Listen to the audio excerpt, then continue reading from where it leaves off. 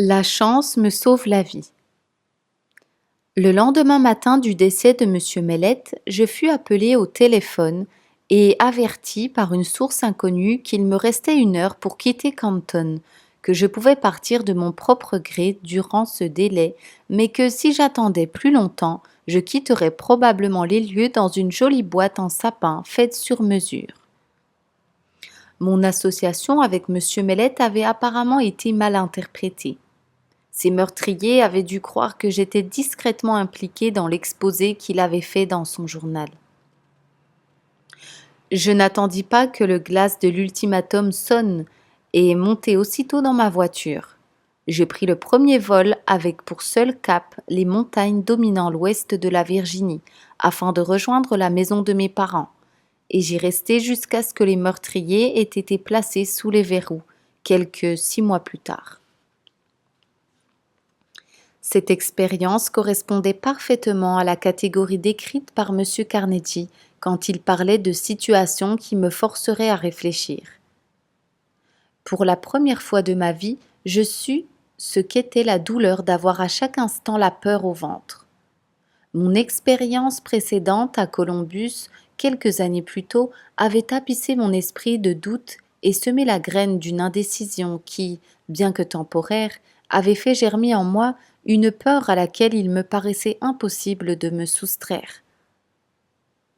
Durant la période où j'étais en planque, je quittais rarement la maison une fois la nuit tombée, et dès que je mettais un pied dehors, j'avais toujours une main sur un pistolet automatique caché dans la poche de ma veste, avec le cran de sûreté relevé en cas de nécessité immédiate. Si une voiture suspecte s'arrêtait devant la maison où j'étais caché, je me rendais systématiquement à la cave et, par la fenêtre, examinais avec attention chacun de ses occupants. Après quelques mois de tension constante, mes nerfs commencèrent à lâcher progressivement. Le courage qui m'habitait m'avait définitivement quitté. L'ambition qui m'avait insufflé tant d'entrain durant toutes ces années, cette quête des raisons du succès comme de l'échec, s'était elle aussi envolée. Lentement, je m'enfonçais pas à pas dans un état de léthargie si profond que je craignais de ne jamais pouvoir en sortir. Ce sentiment devait être relativement comparable à celui que peut ressentir quiconque met les pieds dans des sables mouvants, puis comprend que chaque effort pour s'en extirper l'enlise de plus belle. La peur est un marécage sans fond. Si les graines de la démence avaient fait partie de ma constitution, elles auraient probablement germé durant ces mois d'errance où la vie comme la mort présentaient des saveurs comparables. Cette stupide indécision, ces rêves irrésolus, le doute et la peur traçaient les sentiers où venait s'égarer mon esprit de jour comme de nuit. L'urgence à laquelle je faisais face était désastreuse de 2 manières. Premièrement, sa vraie nature me maintenait dans un état constant d'indécision et de peur. Deuxièmement, le confinement forcé me contraignait à une oisiveté persistante où le malaise teintait chaque instant d'une inquiétude toute naturelle. Mes facultés de raisonnement avaient presque toutes été paralysées. Je compris que je devais travailler sur moi pour sortir de cet état d'esprit. Mais comment ? Les ressources illimitées qui m'avaient permis d'affronter toutes les urgences précédentes semblaient s'être tout simplement évanouies. Je me retrouvais impuissant. Outre mes difficultés qui étaient déjà suffisamment lourdes à porter, je devais affronter une autre épreuve qui me parut plus douloureuse que toutes les autres réunies. C'est la prise de conscience d'une réalité accablante. J'avais passé la majeure partie de mon temps à courir après un arc-en-ciel, cherchant ça et là les raisons du succès pour me trouver moi-même maintenant plus incapable que les 25 000 personnes jugées par mes soins comme des ratés. Cette seule pensée était tout simplement rageante. Par-dessus tout, il était extrêmement humiliant, dans mon cas, d'avoir donné ces conférences dans tout le pays, les écoles, les lycées et autant d'instituts d'économie. Comment pouvais-je avoir la prétention d'enseigner à mes semblables la façon d'appliquer les 17 principes du succès alors que j'étais incapable de les appliquer moi-même? J'étais convaincue que je ne pourrais plus jamais regarder le monde avec le moindre sentiment de confiance. À chaque fois que je croisais mon reflet dans le miroir, je me voyais comme quelqu'un de méprisable, et il n'était pas rare que je dise à l'homme que je voyais des choses qui n'ont rien à faire dans un livre.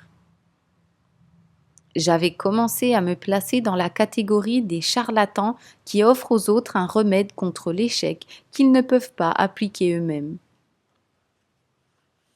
Les meurtriers de M. Mellet avaient été traduits en justice et emprisonnés pour le restant de leurs jours. Je pouvais donc, en toute sécurité, émerger de ma cachette pour, une fois de plus, reprendre mon travail. Je ne pouvais pourtant sortir, car, à présent, je devais affronter des circonstances bien plus effrayantes que les criminels qui m'avaient poussé à la fuite. L'expérience avait anéanti toute capacité initiative autrefois en ma possession. Je n'arrivais pas à sortir des griffes de cette influence déprimante qui faisait de mon existence un cauchemar.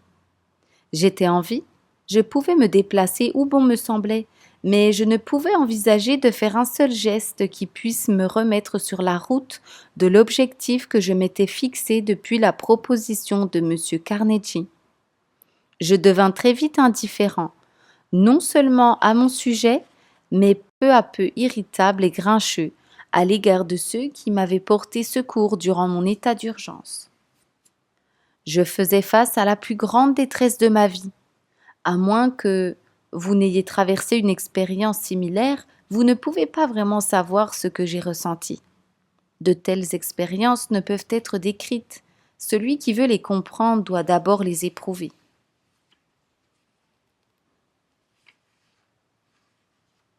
Le tournant le plus important de ma vie. Le changement se produisit d'un seul coup à l'automne 1927, plus d'un an après le meurtre de Canton. J'étais sortie de chez moi un soir et j'étais montée jusqu'à l'école publique pour atteindre le sommet de la colline qui domine la ville. J'avais décidé de résoudre la question qui me taraudait avant que la nuit n'ait pris fin. Je commençais à tourner autour de l'école, essayant d'obliger mon cerveau embrumé à penser clairement. J'ai dû tourner plusieurs centaines de fois autour de l'école avant que ce qui puisse ressembler de près ou de loin à quelque pensée organisée ne daigne apparaître dans mon esprit. Tout en marchant, je répétais sans cesse « Il y a une solution et je la trouverai avant de rentrer ». J'ai dû répéter cette phrase au moins 1 millier de fois. Je le pensais vraiment. J'étais profondément déçue et dégoûtée de moi-même, mais j'avais encore une lueur d'espoir. Puis, tout à coup, tel un éclair cisaillant le ciel, une idée vint frapper l'antichambre de ma conscience, avec une force telle que le sang qui irriguait mes veines me fit qu'un tour. Le moment de l'épreuve est venu pour toi. Tu as subi humiliation et pauvreté pour t'amener malgré toi à découvrir ton autre soi. Pour la première fois depuis tant d'années, ce que M. Carnegie m'avait dit au sujet de cet autre soi me revenait à l'esprit. Je me rappelais à présent qu'il avait affirmé que je le découvrirais uniquement vers la fin de mes recherches sur les causes de l'échec et du succès, et que, le plus souvent, une telle découverte se produit dans les situations de crise, parce qu'elles obligent les hommes à modifier leurs habitudes et à rechercher de toute leur force une issue à leurs difficultés. J'ai continué à tourner autour de l'école, mais dès lors, j'avais l'impression de glisser sur des coussins d'air. Inconsciemment, je sentais que j'étais enfin sur le point de m'évader de cette prison construite de mes mains où la force des choses m'avait contraint à m'enfermer. Je me suis rendu compte que cette extrême urgence m'avait donné l'occasion non seulement de découvrir cet autre soi, mais aussi de pouvoir mettre à l'épreuve la validité de cette philosophie du succès que j'avais enseignée à tant d'autres comme étant fonctionnelle et tangible. J'allais bientôt pouvoir juger moi-même de son efficacité. J'avais décidé que, si celle-ci ne fonctionnait pas, je brûlerais les manuscrits dont j'étais l'auteur, ne me rendant ainsi plus jamais coupable d'enseigner aux gens qu'ils sont maîtres de leur destin, capitaines de leur âme. Invictus, poème publié en 1888 par William Ernest Henley, paraphrasé par Napoléon Hill. Sorti par cette noire nuit qui me couvre, tels les néants qui vont d'un pôle à l'autre, je remercie les dieux dont les portes m'ouvrent, l'âme indomptable de mon humble apôtre. Prise au piège, aux griffes des circonstances, brave, je n'ai point sourcillé ni crié gare. Sous les cruels martèlements de la chance, ma tête saigne, mais elle reste froide. Au-delà du monde colère et de larmes, quand surgit et menace l'horreur de l'ombre, par-delà le monde, les années, les armes, plus jamais je n'aurai peur dans la pénombre. Quelles que soient les épreuves que la vie me trame, telle une punition sur ce divin parchemin, je resterai toujours maître de mon destin, l'unique, le seul capitaine de mon âme. La pleine lune se levait au-dessus de la montagne. Je ne l'avais jamais vue briller si fort. Tandis que j'étais debout, à la contempler, une autre pensée me traversa soudain. Tu as appris aux gens à maîtriser leurs peurs et à surmonter les difficultés qui surviennent en période de crise. Mais à compter d'aujourd'hui, ton autorité sera plus grande, car tu es sur le point de t'élever toi-même au-dessus de tes propres difficultés, avec courage et conviction, résolument et sans aucune peur. Au même instant, il se produisit une transformation biochimique de mon être, m'entraînant dans un état d'exultation que je n'avais encore jamais connu. Mon cerveau commença à sortir de la léthargie dans laquelle il était plongé. Mes facultés de raisonnement se remirent à fonctionner normalement.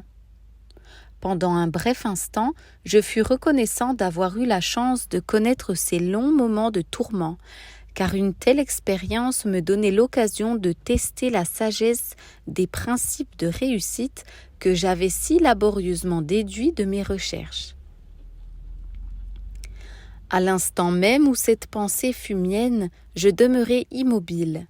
Rapprochant mes deux pieds l'un de l'autre, je fis alors un salut symbolique, envers je ne sais qui ou quoi, me tenant solidement au garde-à-vous pendant quelques instants. À première vue, cela pouvait paraître ridicule, mais tandis que je me tenais là, une autre pensée surgit en moi sous la forme d'un ordre, aussi bref et rapide que le coup de fouet d'un commandant militaire à son subordonné. Demain, monte dans ta voiture et rends-toi à Philadelphie. Tu y recevras l'aide dont tu as besoin pour publier ta philosophie du succès. Je ne reçus aucune autre explication ni aucune modification de l'ordre donné. Dès que je le reçus, je repris le chemin de la maison, me couchai et dormis plus sereinement que je n'avais réussi à le faire depuis plus d'1 an. Dès mon réveil, le lendemain matin, je me levai et commençai immédiatement à faire mes bagages pour préparer mon voyage à Philadelphie. Ma raison me suggérait que je m'embarquais là dans une folle mission, sans queue ni tête. Je me demandais, qui pourrais-je bien connaître à Philadelphie, susceptible d'investir les fonds nécessaires à la publication des 8 volumes de ma loi du succès, soit environ 25 000 $. Instantanément, la réponse apparut à ma conscience, aussi clairement que si elle avait été prononcée à haute et intelligible voix. Tu es maintenant en train de suivre des ordres, ce n'est donc pas le moment de te poser des questions. Ton autre soi sera aux commandes pendant ce voyage. Il y avait un autre point important qui semblait rendre mes préparatifs pour aller à Philadelphie parfaitement absurdes. Je n'avais pas d'argent. Cette pensée m'avait à peine effleuré que mon autre soi la fit se désintégrer en un autre ordre direct. Demande 50 $ à ton beau-frère et il te les prêtera. L'ordre semblait clair et définitif. Sans plus hésiter, j'ai suivi les instructions. Lorsque je demandai l'argent à mon beau-frère, il me répondit « Eh bien, je peux volontiers te donner 50 $, mais si tu pars très longtemps, il vaudrait mieux que tu en prennes 100. » Je le remerciai et lui répondis qu'il me semblait que 50 $ suffiraient. Je savais que ce n'était pas assez, mais c'est la somme que mon autre soi m'avait ordonné d'emprunter. C'était donc celle que je devais veiller à obtenir. Je fus grandement soulagée de voir que mon beau-frère ne chercha pas à connaître les raisons de mon voyage à Philadelphie. S'il avait su les événements qui s'étaient produits dans mon esprit au cours de la nuit, il aurait sûrement pensé que l'hôpital psychiatrique le plus proche eût été une issue bien plus favorable pour mon entreprise. Mon autre soi prend les commandes. En partant, ma tête me disait que c'était stupide. En même temps, mon autre soi m'ordonnait de faire abstraction de ces objections et de mettre mes instructions à exécution. J'ai conduit la nuit entière, arrivant à Philadelphie tôt le matin. Ma première pensée fut de rechercher un lieu d'hébergement à moindre frais où je puisse louer une chambre pour environ $1 par jour. Là encore, mon autre soi prit le contrôle et m'ordonna de me rendre à l'hôtel le plus sélect de la ville. Alors qu'il ne restait plus que 40 $ dans mon capital initial, j'avais l'impression d'être en train de commettre un suicide financier tandis que je m'approchais de la réception pour réserver une chambre. Ou plutôt, devrais-je dire, je m'apprêtais à demander cette chambre quand mon autre soi, aux commandes depuis peu, m'ordonna de réserver plutôt une suite dont le prix allait épuiser en à peine 2 jours ce qui me restait dans mon capital. J'obéis cependant. Le groom saisit mes sacs de voyage, me tendit mon ticket de stationnement et s'inclina vers l'ascenseur pour m'inviter à le suivre, comme si j'avais été le prince de Galles en personne. C'était la première fois depuis plus d'1 an qu'un être humain me manifestait autant d'égards. Les membres de ma propre famille avec qui j'avais vécu cette dernière année étaient loin d'exprimer à mon sujet un tel respect. Je me voyais à leurs yeux comme un fardeau. Je crois vraiment que c'était le cas, car je ne peux imaginer personne qui, au vu des troubles que j'avais traversés depuis 1 an, aurait pu être considéré autrement par ses proches. Il m'est apparu clairement que mon autre soi était déterminé à me délivrer de mon complexe d'infériorité. J'ai glissé un billet de $1 au garçon.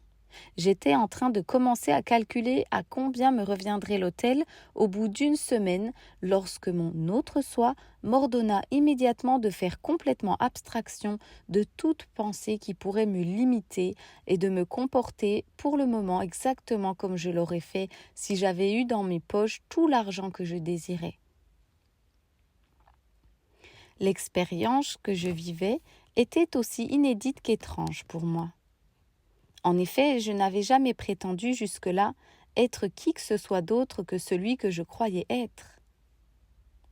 Durant environ 1 demi-heure, cet autre soi me donna des ordres que je suivis à la lettre pendant la durée de mon séjour à Philadelphie. Les instructions me parvenaient sous forme de pensées qui surgissaient avec une force telle qu'il était facile de les distinguer des pensées ordinaires dont j'étais moi-même l'auteur. Je reçois d'étranges ordres d'une source étrange. Mes instructions étaient les suivantes. Tu es maintenant complètement chargé de ton autre soi. Tu as le droit de savoir que 2 entités occupent ton corps, tout comme c'est d'ailleurs également le cas pour toute personne vivant sur Terre. L'une de ces entités est motivée par la peur et réagit à son impulsion. L'autre est motivé par la foi et réagit à son impulsion. Depuis plus d'1 an, tu as été dirigé comme un esclave par l'entité de peur. Avant-hier soir, au cours de la nuit, l'entité de foi a pris les commandes de ton corps physique et tu es maintenant dirigé par elle. Pour plus de facilité, tu peux l'appeler ton autre soi. Elle ne connaît aucune limite, aucune peur et ne reconnaît pas les mots tels que « impossible ». C'est ainsi que tu as été conduit à choisir ce cadre luxueux dans un bel hôtel, comme pour décourager le retour au pouvoir de l'entité dirigée par la peur. Cet ancien toi, motivé par la peur, n'est pas mort, il a simplement été détrôné pour un temps. Il continuera à te suivre partout, guettant l'occasion favorable pour revenir et reprendre le contrôle de la situation. Il ne peut cependant rétablir son emprise sur toi que par l'intermédiaire de tes pensées. Souviens-toi de cela et garde les portes de ton esprit étroitement fermées à toute pensée qui chercherait à te limiter de quelque manière que ce soit, et tu resteras ainsi en parfaite sécurité. Ne t'autorise plus à entretenir la moindre inquiétude au sujet de l'argent nécessaire pour subvenir à tes dépenses courantes. Il te parviendra au moment même où tu en auras besoin. Passons maintenant aux choses sérieuses. Tout d'abord, tu dois savoir que, dans son fonctionnement, l'entité fondée sur la foi, qui dirige actuellement ton corps, n'accomplit aucun miracle et ne va à l'encontre d'aucune des lois de la nature. Tant qu'elle dirigera ton corps, elle te guidera à chaque fois que tu feras appel à elle par l'intermédiaire de pensées qui apparaîtront dans le champ de ta conscience. Elle t'orientera pour que tu mènes à bien tes projets par les moyens disponibles les plus logiques et les plus pratiques possibles. Par-dessus tout, garde bien présent à l'esprit le fait que ton autre soi ne fera pas le travail à ta place. Il ne fera que te guider intelligemment pour te permettre d'atteindre toi-même l'objet de tes désirs. Cet autre soi va t'aider à transformer tes projets en réalité. D'autre part, tu dois savoir qu'il commencera toujours par ton désir principal, celui qui prédomine. Actuellement, ton désir principal, celui qui t'a conduit jusqu'ici, est de publier et diffuser le fruit de tes recherches sur les causes du succès et de l'échec. Tu estimes avoir besoin pour cela d'environ 25 000 $.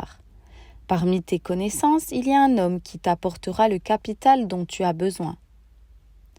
Commence immédiatement à te rappeler le nom de toutes les personnes que tu connais et dont tu as de bonnes raisons de penser qu'elles pourraient t'apporter l'aide financière en question.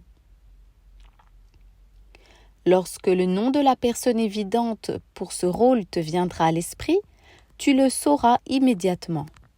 Contacte-la et l'aide que tu recherches te sera alors accordée. Cependant, lorsque tu l'approcheras, présente ta requête dans des termes semblables à ceux que tu utilises habituellement lors de transactions professionnelles courantes. Ne fais en aucun cas référence à l'existence d'un autre soi. Si tu transgresses ces instructions, tu rencontreras une autre défaite temporaire. Ton autre soi restera aux commandes et continuera à te guider aussi longtemps que tu compteras sur lui. Garde ton esprit clairement dégagé de doutes, de toute peur ou de quelque pensée qui puisse te limiter. Ce sera tout pour le moment. Tu vas maintenant recommencer à te déplacer selon ta volonté propre, exactement comme tu le faisais avant de faire la découverte de ton autre soi. Physiquement, tu es identique à celui que tu as toujours été. Par conséquent, personne ne pourra reconnaître le changement qui s'est produit en toi. J'ai regardé tout autour de moi la pièce qui m'entourait et j'ai cligné des yeux pour m'assurer que je n'étais pas en train de rêver. Je me suis levée, j'ai marché jusqu'au miroir et je me suis regardée de près. L'expression de mon visage avait changé. Le doute avait fait place au courage et à la foi. Dorénavant, je ne doutais absolument plus du fait que mon corps physique était sous la direction d'une influence totalement différente de celle qui s'était trouvée détrônée 2 soirs plus tôt, tandis que je marchais autour de cette école, en Virginie de l'Ouest.